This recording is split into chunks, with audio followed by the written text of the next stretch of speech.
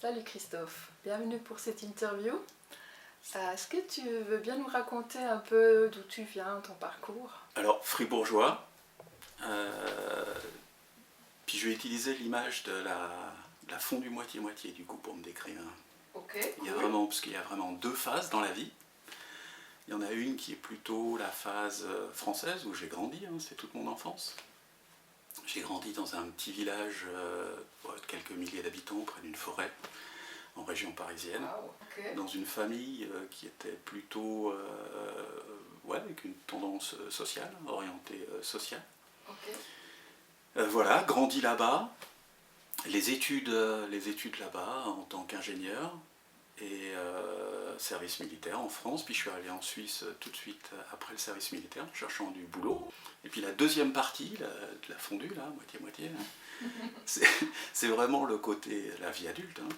C'est la partie où marié, avec 2 enfants de 18 ans, une vie professionnelle qui s'est passée dans l'industrie, dans des rôles variés, dans l'encadrement plutôt, dans la gestion, tu vois, de la gestion de projet au début, après de l'amélioration processus, après de la vente, après plutôt de la stratégie d'entreprise. Donc il y a presque des blocs de 5 ans dans la carrière. Et puis le dernier bloc, c'est celui où on est aujourd'hui, c'est la phase de conseil. Il y a 2 choses qui m'ont attiré dans le conseil. Un, c'est la variété en fait, tout comme la carrière elle a été variée, je suis quelqu'un qui aime la variété. Mais avec l'âge, c'est plutôt le côté humain des organisations qui m'intéresse, en réalité. On peut faire tout ce qu'on veut dans le côté business, au final, ce qui fait que ça passe ou ça casse, c'est la dimension humaine. Qui est Christophe Dabalou? Le premier truc qui me vient, c'était un mot d'un de mes grands-pères, en fait. Ah wow. Je me souviens encore de la scène, on était dans le séjour et tout ça, puis il me disait ouais, Christophe, c'est un peu un sage. Je suis quelqu'un qui aime bien prendre du recul sur les choses, d'avoir un peu de distance. Puis il y a un truc bouddhiste un peu qui me vient, je suis en train de lire un truc là-dessus maintenant. C'est un peu, ils disent, il y a plusieurs types de personnes, il y a ceux qui sont sur la rivière, puis ceux qui sont sur la rive en train de regarder la rivière. Puis moi, je me vois plus comme celui qui regarde la rivière à partir de la rive. Et comment ça se manifeste dans tes interactions? La façon dont ça se manifeste, c'est que, par exemple, quand je suis dans l'interaction avec quelqu'un, j'ai tendance à privilégier la qualité dans les relations humaines que la quantité. Puis la quantité, elle me permet quoi? Elle me permet justement d'aller dans ce qui est en profondeur, ce qui est vrai. Ouais. Authentique. Ce qui est authentique. Ouais. Et pour moi, ça, l'idée d'authenticité, elle résonne avec cet aspect recul. On se focalise sur les choses qui sont vraiment importantes, quoi, au final. Tout à fait. Deuxième point, c'est le côté. Alors, j'aime pas trop le truc atypique parce que on l'entend partout maintenant, mais l'impression d'être un peu différent. Sous 2 angles. Il y en a un, je suis quelqu'un d'introverti, réellement. Donc je me ressource dans la solitude. J'aime bien la solitude, même si j'aime bien le contact humain, quand il est de qualité, dans des relations profondes. Tu as besoin des fois de justement prendre du recul, on y revient, et puis prendre du temps pour toi. Ouais, exactement ça. Et puis le deuxième côté, c'est le côté... pareil, je me souviens d'un truc à l'école d'ingénieur, en fait, où les potes, ils m'appelaient Alien, en fait. Ah bon? Alien, carrément. Alien. C'est trop drôle. Alien, puis pourquoi Alien? C'est que, en fait, je luttais pour comprendre des trucs qui, pour eux, étaient simples. D'accord. Mais par contre, c'était facile pour moi de comprendre des trucs qui, pour eux, étaient compliqués. Et du coup, ils m'appelaient Alien. Voilà. Ok, je comprends. Alors, oui, du coup, tu te sentais effectivement un petit peu différent. Un peu différent quand même. Absolument. Un peu différent. Ce que tu veux dire. Donc voilà, différence sous ces 2 angles-là, dans les relations humaines et puis, je sais pas, dans la manière de voir les choses ou de comprendre les choses. Il y a un élément fondamental qui me tire en avant tous les jours dans tout ce que je fais, que ce soit vie privée, vie pro, c'est le côté exploration et dépassement de soi en fait. Et puis ça s'exprime dans plein de choses différentes. Alors une première, c'est par exemple, je suis quelqu'un de super curieux, qui aime apprendre, je suis une sorte d'éponge à apprendre, j'aime arriver à clarifier des trucs compliqués pour pouvoir après les expliquer. Dans la vie privée, c'est dans le sport et les activités à côté, je suis quelqu'un qui cherche l'adrénaline un peu. Ça touche à l'air en général. Donc tout ce qui est dans l'air, ça peut être du saut, de la chute libre, ça peut être du saut à l'élastique, un vol en avion de chasse.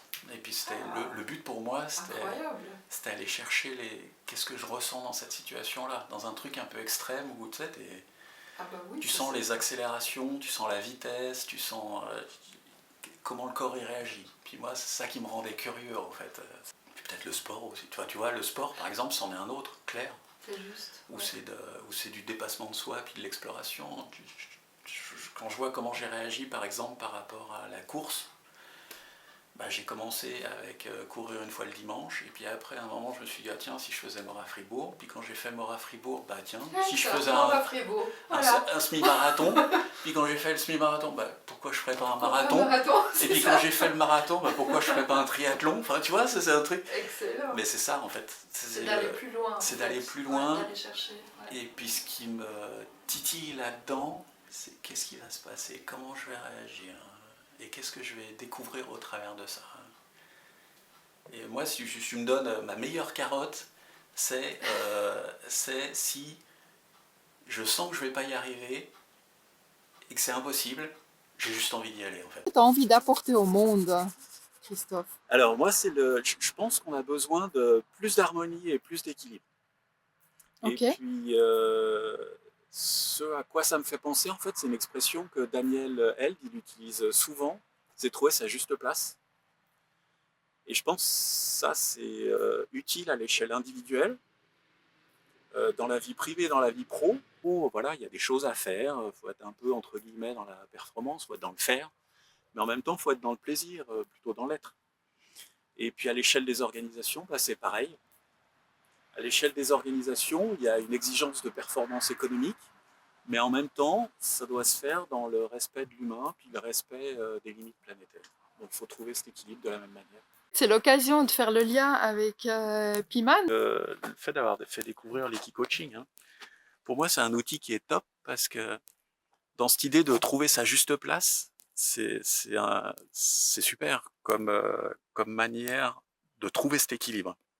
Parce que le cheval, il réagit à comment on réagit, et il fait très clairement comprendre quand on n'est pas justement dans cette notion d'équilibre. Et si on prend pas assez de place, il la prend. Si on prend trop de place, il s'en va. Et puis pour rester avec, faut trouver cet équilibre et puis être aligné avec soi-même et en même temps être en lien avec l'autre. Comment est-ce que ça se traduit chez Piman, tout ça? Alors, plusieurs choses. Déjà, la notion de sens. C'est quel sens on donne à ce qu'on fait dans l'organisation.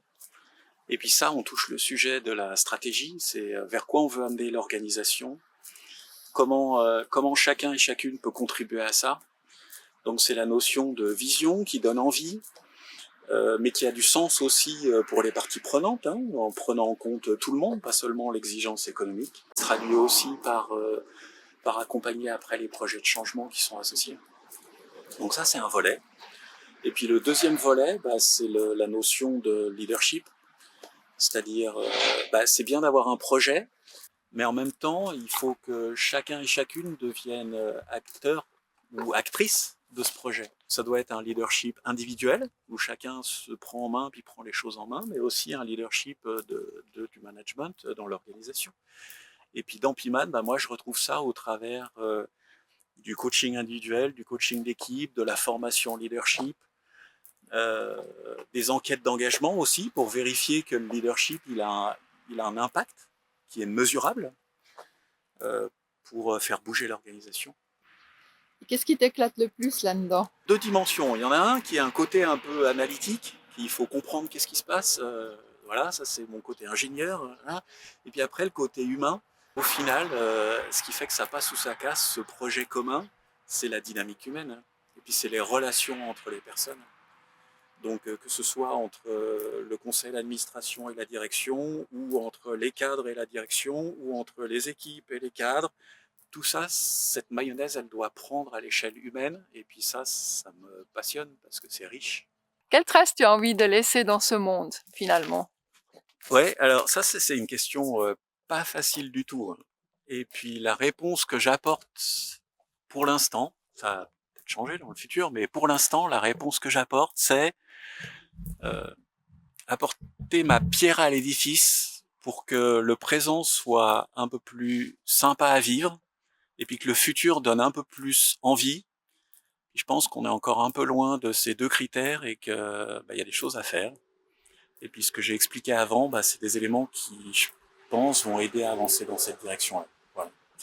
C'est la trace que j'imagine pour l'instant. Ça. Merci beaucoup, beaucoup pour ton ouverture. Merci pour cette interview. Avec plaisir. Merci à toi, Cornelia, aussi, d'avoir réussi à me mettre à l'aise pour ces interviews. C'est un exercice que je n'aime pas du tout. Je me sens pas du tout à l'aise. Et merci. Et t'as survécu. Et j'ai Oui. survécu. Voilà.